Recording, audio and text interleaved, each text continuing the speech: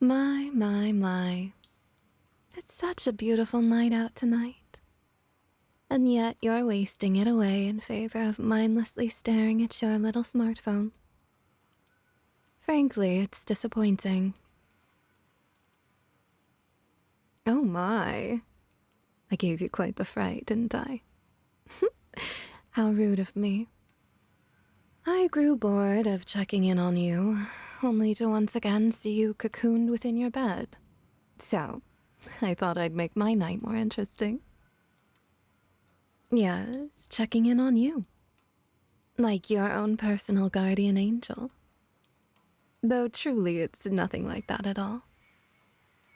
You're a smart thing, so I'm sure you can clearly see I'm no angel. Freakish stalker. What an accusation.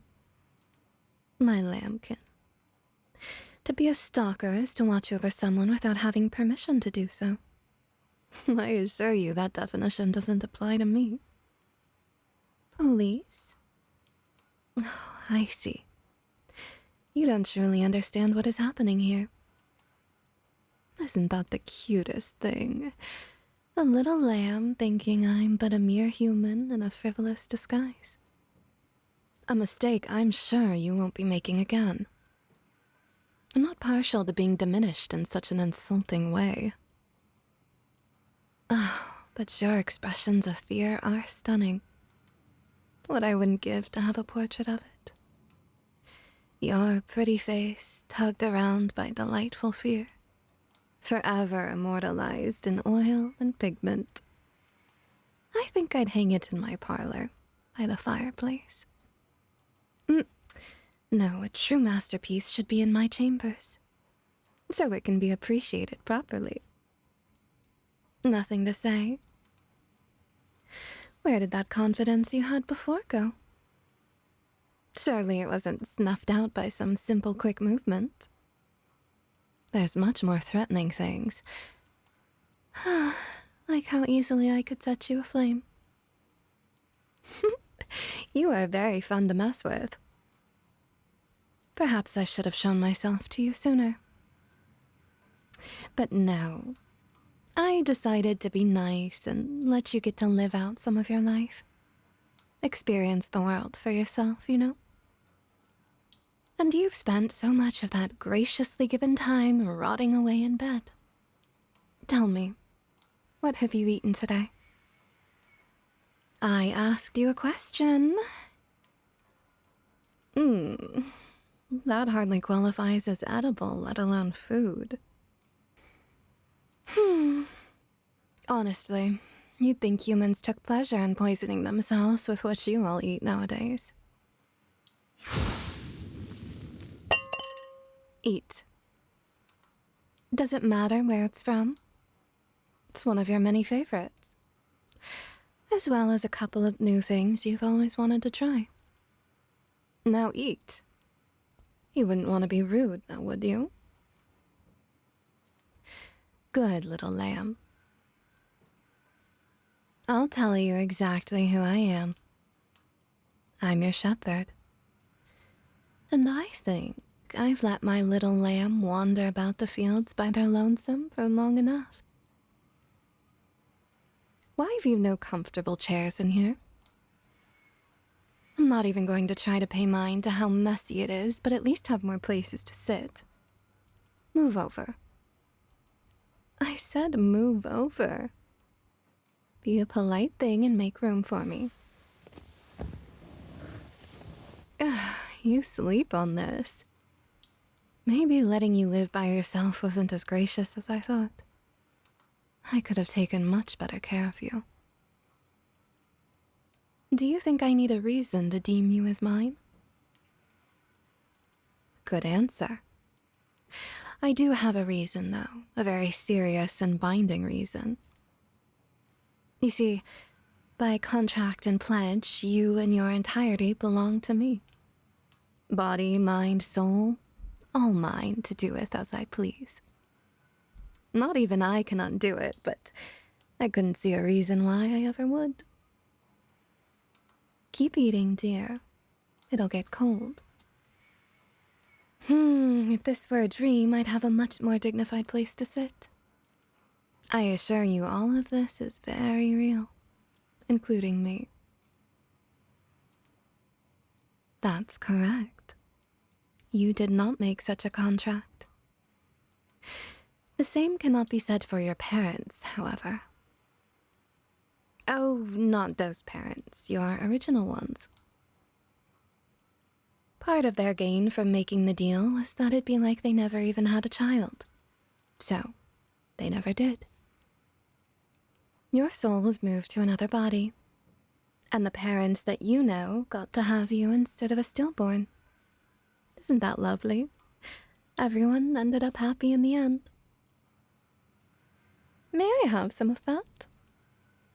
Your food. May I have some?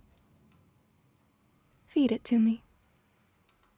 You heard me, my little lamb. Growing tired of repeating myself. Thank you. I think you'll adjust quickly to being well-behaved and obedient for me. So focused on the details. How boring. All right, I suppose you're owed an explanation. Although I was enjoying your clueless anxiousness. The two people who made the deal with me were young. Bright futures ahead of them. No time at all for a child. But accidents can and do always happen. Normally, even the worst accidents have remedies and fixes, but oh, how life loves to complicate things. The woman became sick in her pregnancy. Something terribly wrong inside of her body. And soon it became very clear that she was set to die. They, of course, didn't immediately jump to help from a demon, but what sane person does? You see, my acolytes and underlings have a way of weeding out the horribly desperate. I heavily deal in wants, desires, temptations, and all the fun, naughty things that show the true length someone's willing to go to. So, this case caught my interest. I expected them to offer up the usual, for me to get their souls when they eventually die later in life. They, in fact, did. And that was included in the deal. However, they also offered me you. And thus the deal was made. I would receive their souls upon death with the addition of your newborn soul up front. Almost like a down payment. They received the vast extension of the woman's life as well as it being made so that the accident never happened in the first place. Why would I not put you in a body? Well, a newborn soul isn't worth much. But it was already mine, and would continue to be even after being joined to a body and given full life. Truth be told, I regret not doing something a bit more creative with it. But I was simply too surprised by the whole thing to really revel in the possibilities. I could have put you into a fresh demon spawn. Seen what horrors happen when you give a demon a human soul. Or I could have made you into a homunculus. I've heard those are fun. But why have a mindless husk to obey everything you say when you could have the chance to train someone's mind into doing the exact same thing willingly? Regardless, do you now fully understand how you are entirely and completely mine? Or were you not following along? Wonderful. Are you ready then? Ready to leave? Now that we've become acquainted, I absolutely am not having you be in this place for any longer. And you need to see where you'll be living. Whether you want to or not is meaningless. As I said before, I was being gracious in letting you have this much of your life to begin with. Now it's mine.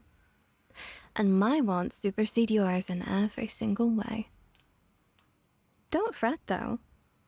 I treat all my belongings with the utmost care. And I think you might be my new prized possession.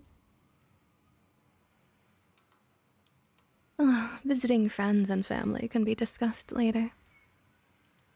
Are you ready, my lambkin? Very good. Then off we go to your new home and your new life. I can hardly wait.